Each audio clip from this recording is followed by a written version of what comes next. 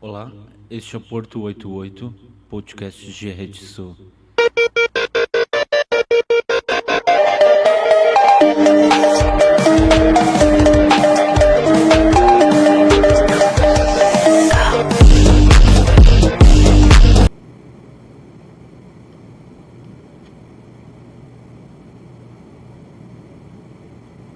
A era farmacopornográfica. Nasci em 1970. A indústria automobilística, depois de alcançar o auge, começava a declinar. Meu pai tinha a primeira e mais importante garagem de Burgos, uma vila gótica de padres e membros do exército, onde Franco havia instalado a nova capital simbólica da Espanha fascista. Se Hitler tivesse ganhado a guerra, a nova Europa teria se assentado em torno de dois polos obviamente desiguais, Burgos e Berlim, ou pelo menos era com o que sonhava o pequeno general galego. A garagem central, como era chamado, o florescente negócio do meu pai, estava situada à Rue du Général Mola, homenagem ao soldado que liderou o levante contra o regime republicano em 1936. Lá eram guardados os carros mais caros da cidade, os dos ricos e dos dignatários do regime de Franco. Na minha casa não havia livros, apenas carros. Chrysler Slan, vários Renaults Gordini, Dauphin e Ondine, apelidados de carros das viúvas porque tinham fama de derrapar nas curvas e matar os maridos ao volante, Citroën, que os espanhóis chamavam de tubarões, alguns Standards, trazidos da Inglaterra e reservados aos médicos. Devo acrescentar a coleção de carros antigos que meu pai comprou, aos poucos, um Mercedes Lola Flores preto, um Citroën cinza traction avant dos anos 1930, um Ford 17 cavalos, um Dodge Dart Swinger, um Citroën bunda de rã em 1928 e um Cadillac 8 cilindros. Naquela época meu pai investia na indústria de fabricação de tijolos, que desmoronou em 1975, coincidentemente com a ditadura, com a crise do petróleo. No fim, acabou vendendo a coleção de carros para compensar a ruína do negócio. Chorei por aqueles carros enquanto meu pai, me vendo crescer como um tomboy, choraria por isso. Durante aqueles tempos idos, porém não tão distantes, que hoje conhecemos como Fordismo, a indústria automobilística sintetizou e definiu um modo específico de produção.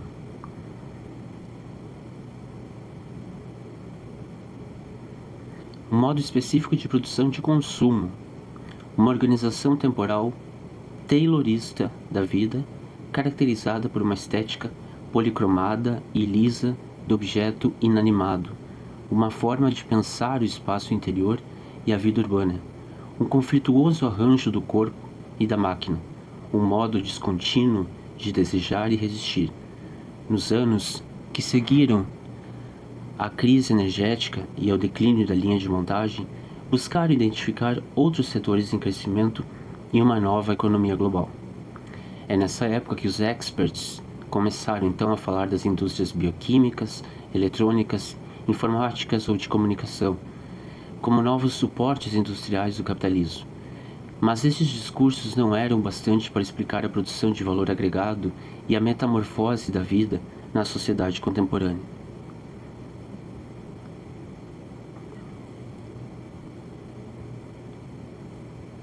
No entanto, é possível esboçar um novo mapeamento das transformações da produção industrial durante o último século, usando como eixo a gestão política e técnica do corpo, do sexo e da sexualidade. Em outras palavras, hoje é filosoficamente relevante realizar uma análise somatopolítica da economia mundial.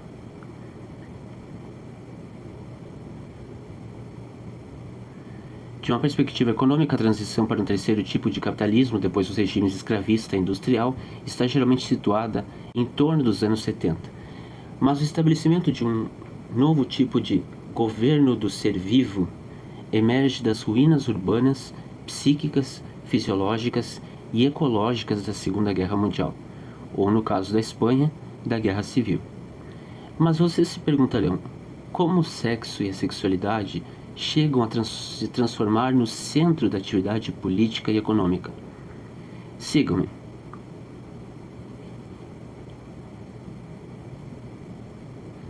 As mudanças do capitalismo a que vamos testemunhar se caracterizarão não só pela transformação do sexo, do gênero, da sexualidade, da identidade sexual e do prazer em objetos de gestão política da vida, como Foucault já havia intuído em sua descrição biopolítica dos novos sistemas de controle social, mas também pelo fato de que essa gestão em si mesma será levada adiante por meio das novas dinâmicas do tecnocapitalismo avançado, da mídia global e das biotecnologias.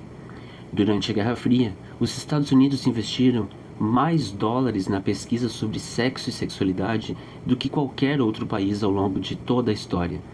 A aplicação de vigilância e biotecnologias para governar a sociedade civil começou no final da década de 1930. A guerra era o melhor laboratório para moldar o corpo, o sexo e a sexualidade.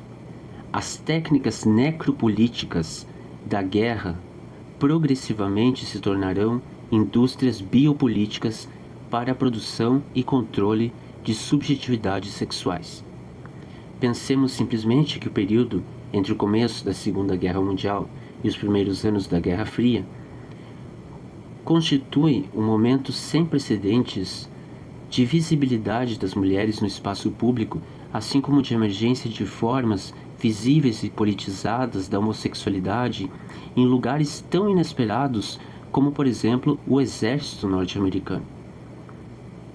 Ao lado desse desenvolvimento social,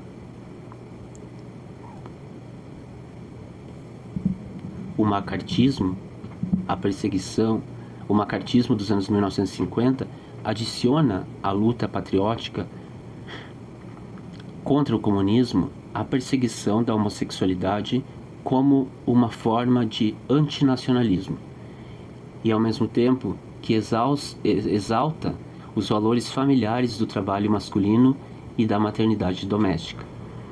Inauguram-se no Ocidente, então, dezenas de centros de pesquisa sobre sexualidade como parte de um amplo programa de saúde pública. Enquanto isso, os arquitetos norte-americanos Ray, Charles e Ames colaboram com o exército norte-americano na fabricação de pequenas talas de madeira compensada para sustentar braços e pernas mutilados em combate. Poucos anos depois, utilizarão o mesmo material para construir os móveis que caracterizarão o design leve da arquitetura norte-americana descartável. Durante o século XX, a invenção da noção bioquímica do hormônio e o desenvolvimento farmacêutico de moléculas sintéticas para uso comercial foram modificadas radicalmente. Para uso comercial, modificaram radicalmente as noções arraigadas de identidades sexuais tradicionais e patológicas. Em 1941, as primeiras moléculas naturais de progesterona e estrogênio foram obtidas a partir da urina de éguas grávidas.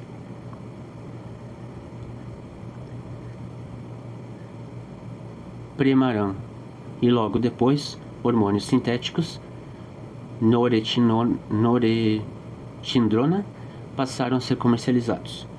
No mesmo ano, George Henry realizou o primeiro estudo demográfico sobre desvio sexual, um estudo quantitativo de massa conhecido como sex variant. O caminho da adequação sexológica continuou com os relatórios Kinsey acerca do comportamento sexual humano em 1948 e 1953. Em 1968, com os protocolos de Robert Stoller sobre as noções de feminilidade e masculinidade. Em 1957, o pedopsiquiatra norte-americano John Money cunha o termo gênero, diferenciando do tradicional termo sexo, para denominar o pertencimento de um indivíduo a um grupo de comportamento e expressão corporal culturalmente reconhecido como masculino ou feminino. É famosa a afirmação de Money de que é possível, usando técnicas cirúrgicas, endocrinológicas e culturais, mudar o gênero de qualquer bebê até os 18 meses. Entre 1946 e 1949, o médico Harold Gillis realiza a primeira cirurgia de faloplastia no Reino Unido em Michael Dillon, primeiro transexual a tomar testosterona como parte do protocolo de masculinização. Em 1952, o soldado norte-americano George W. Jorgensen foi transformado em Christine, primeira transexual cujo caso foi amplamente discutido na imprensa. Entre o começo dos anos 1950 e os anos 1960, o médico Harry Benjamin sistematizou o uso clínico de moléculas hormonais no tratamento de mudança de sexo e definiu transexualismo, termo introduzido pela primeira vez em 1954, como uma condição curável. A invenção da pílula anticoncepcional, primeira técnica bioquímica capaz de separar a prática heterossexual da reprodução, foi resultado direto do crescimento da experimentação endocrinológica e provocou o desenvolvimento do que poderia ser chamado, brincando com o termo de Eisenhower, de complexo industrial sexo-gênero. Em 1957, a Searle Company passou a comercializar a Enovate, primeira pílula anticoncepcional, a pílula, produzida a partir da combinação de mestranol e norethindrel. Inicialmente indicada para o tratamento de disfunções menstruais, a pílula foi aprovada para o uso contraceptivo 4 anos mais tarde. Seus componentes químicos logo se tornariam as moléculas farmacêuticas mais usadas na história da humanidade. A Guerra Fria foi também um período de transformação das regulações econômicas e governamentais no que diz respeito à pornografia e à prostituição. Em 1946, a prostituta espiã Marthe Richards, então com quase 60 anos, convenceu o governo francês a declarar ilegais as Maisons Closes, o que acabou com a rede estatal de bordéis criada na França no século XIX. Em 1953, Hugh Hefner fundou a Playboy, primeira revista pornô norte-americana vendida em bancas de jornal. Na capa, uma fotografia de Marilyn Monroe, a grande atração da edição inaugural. Em 1959, Hefner transformou uma antiga casa de Chicago na mansão Playboy. O lugar foi promovido pela própria revista e em anúncios de televisão como um palácio de amor, com 32 quartos, tornando-se rapidamente a mais popular utopia erótica norte-americana. Em 1972, Gerard Damiano produz Garganta Profunda. Estrelado por Linda Lovelace, o longa-metragem foi amplamente comercializado nos Estados Unidos e se tornou um dos filmes mais vistos de todos os tempos, arrecadando mais de 600 milhões de dólares. A partir desse momento, a produção de filmes pornôs explodiu, de 30 lançamentos clandestinos em todo o país em 1950 para mais de 2.500 novos títulos em 1970.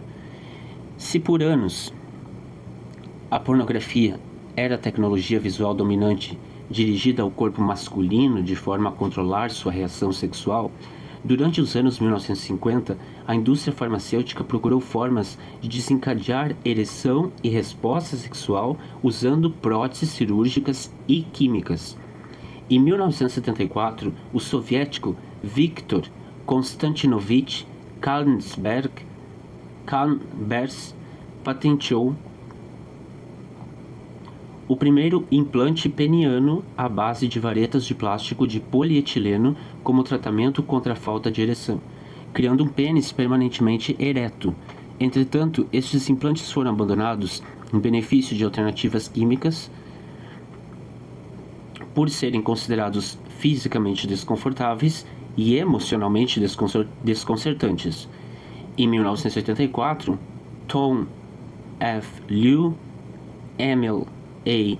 Tanagoy e Richard A. Smith implantaram um marca-passo sexual no pênis de um paciente. A engenhoca era um sistema de eletrodos que, inserido próximo à próstata, permitia desencadear uma ereção por controle remoto.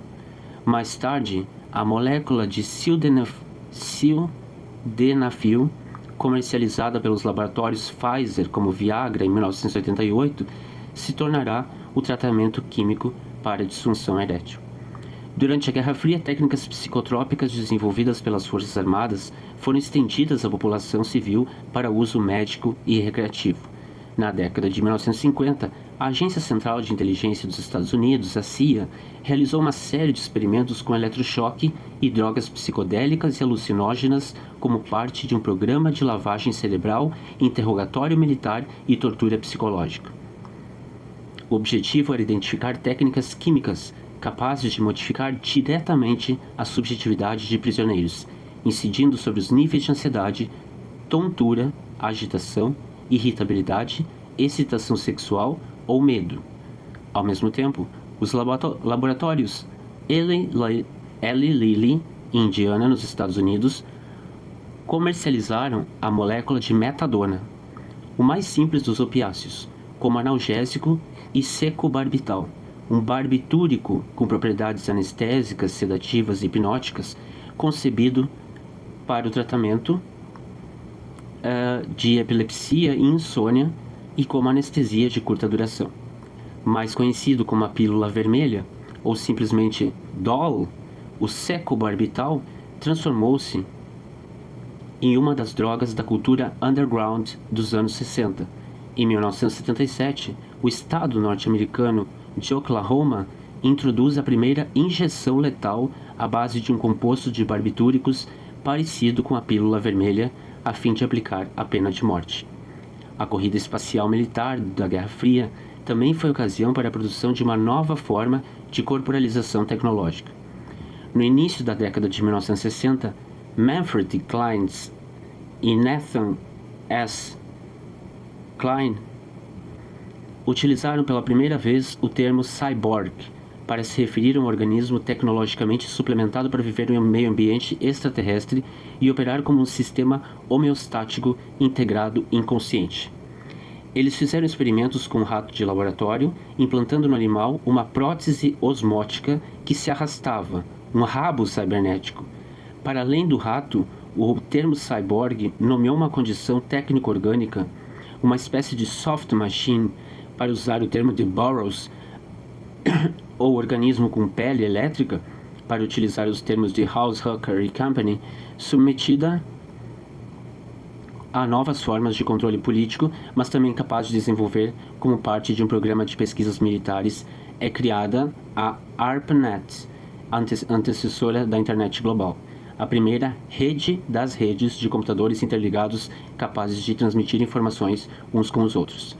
Por outro lado, os procedimentos cirúrgicos desenvolvidos para o tratamento das gueules cassées da Primeira Guerra Mundial e as técnicas de reconstrução de pele, especialmente inventadas para o tratamento das vítimas da bomba nuclear, serão transformadas nas décadas de 1950 e 1960 em cirurgias cosméticas e sexuais. Em resposta à ameaça induzida pelo nazismo e pela retórica racista segundo a qual diferenças religiosas ou raciais podem ser detectadas por meio de características anatômicas, a descircuncisão, ou seja, a reconstrução artificial do prepúcio do pênis, transforma-se em uma das cirurgias estéticas mais praticadas nos Estados Unidos. Ao mesmo tempo, o lifting facial e diversas intervenções de cirurgia plástica se transformam em técnicas de consumo de massa para uma nova classe média. Andy Warhol se fotografa durante uma operação de lifting facial, fazendo do próprio corpo um dos objetos biopop da sociedade de consumo. Enquanto isso, o plástico, material viscoso e semi-rígido, impermeável, térmica e eletricamente resistente, produzido por uma propagação artificial de átomos de carbono em longas cadeias de moléculas de compostos orgânicos derivados do petróleo, cuja queima é altamente poluente, teve sua utilização generalizada na fabricação de objetos da vida cotidiana.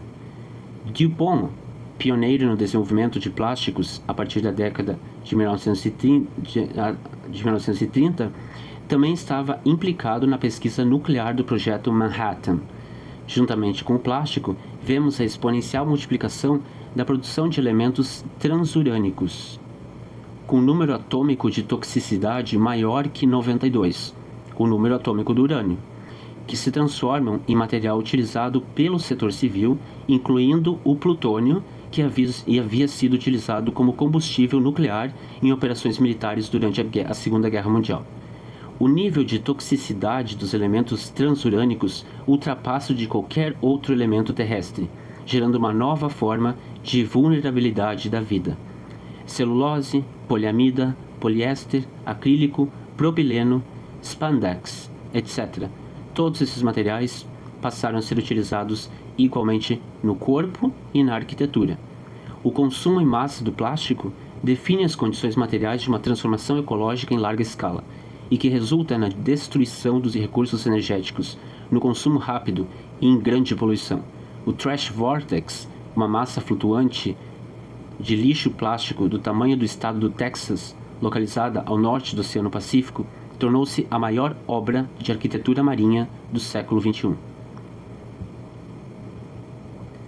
Somos confrontados com um novo tipo de capitalismo, quente, psicotrópico e punk.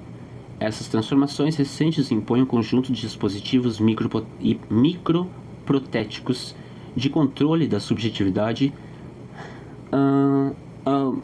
por meio de novos protocolos técnicos biomoleculares e multimídia. Nossa economia mundial depende da produção e circulação interconectada de centenas de toneladas de esteroides sintéticos e órgãos, fluidos e células, tecnossangue, tecnoesperma, tecnoóvulo, etc., tecnicamente modificados. Depende da difusão global de um fluxo de imagens pornográficas.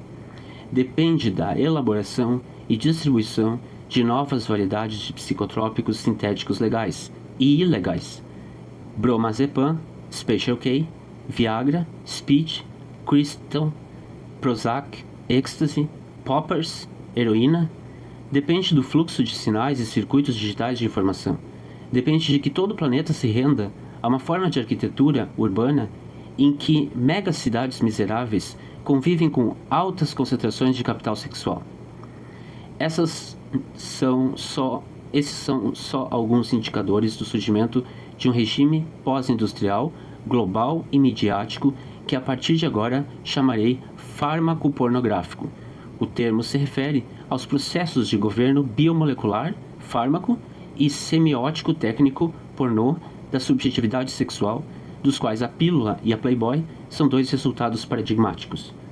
Embora finque raízes na sociedade científica e colonial do século XIX, os vetores econômicos do regime fármaco-pornográfico permanecerão invisíveis até o final da Segunda Guerra Mundial.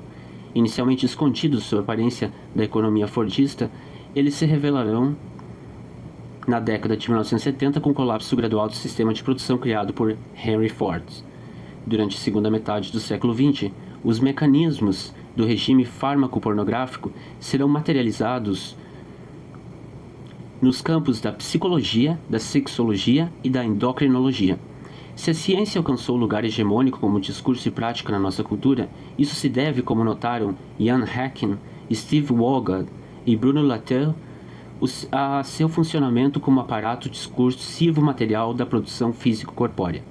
A tecnociência estabeleceu sua autoridade material, transformando os conceitos de psiquismo, libido, consciência, feminilidade, masculinidade, heterossexualidade, homossexualidade, intersexualidade e transexualidade em realidades tangíveis, que se manifestavam em substâncias químicas e moléculas comercializáveis, em corpos, em biótipos humanos, em bens tecnológicos geridos por multinacionais farmacêuticas. O sucesso da indústria tecnocientífica contemporânea consiste em transformar nossa depressão em Prozac, nossa masculinidade em testosterona, nossa ereção em Viagra, nossa fertilidade ou esterilidade em pílula, nossa AIDS em triterapia, sem que seja possível saber quem vem primeiro, a depressão ou o Prozac, o Viagra ou a ereção, a testosterona ou a masculinidade, a pílula ou a maternidade, a triterapia ou a AIDS. Esse feedback performático é um dos mecanismos do regime fármaco-pornográfico. A sociedade contemporânea é habitada por subjetividades tóxico-pornográficas que definem pela substância ou substâncias que abastecem seu metabolismo, pelas próteses cibernéticas e vários tipos de desejos fármaco-pornográficos que orientam as ações dos sujeitos por meio dos quais eles se transformam em agentes. Assim, falaremos de sujeitos Prozac, sujeitos cannabis, sujeitos cocaína, sujeitos álcool, sujeitos ritalina, sujeitos cortisona, sujeitos silicone, sujeitos heterovaginais, sujeitos dupla penetração, sujeitos Viagra, sujeitos dinheiro. Não há nada a ser descoberto na natureza. Não há segredo escondido. Vivemos na hipermodernidade punk. Já não se trata de revelar a verdade oculta na natureza, e sim da necessidade de explicitar os processos culturais, políticos e tecnológicos por meio dos quais o corpo, enquanto artefato, adquire um status natural. O Oncomouse, um rato de laboratório desenhado biotecnologicamente para portar um gene cancerígeno, devora Heidegger. Buffy, a vampira televisiva, mutante, mata a vampira de Simone de Beauvoir. O dildo, uma extensão sintética do sexo para produzir prazer e identidade, come o pau de Rocco Siffredi. Não há nada a descobrir no sexo ou na identidade sexual. Não há segredos escondidos. Não há interior. A verdade sobre o sexo não é uma revelação. É sex design. O biocapitalismo farmacopornográfico não produz coisas, e sim ideias variáveis, órgãos vivos, símbolos, desejos, reações químicas e condições de alma. Em biotecnologia e pornocomunicação, não há objeto a ser produzido. O negócio fármaco-pornográfico é a invenção de um sujeito e, em seguida, a sua reprodução global.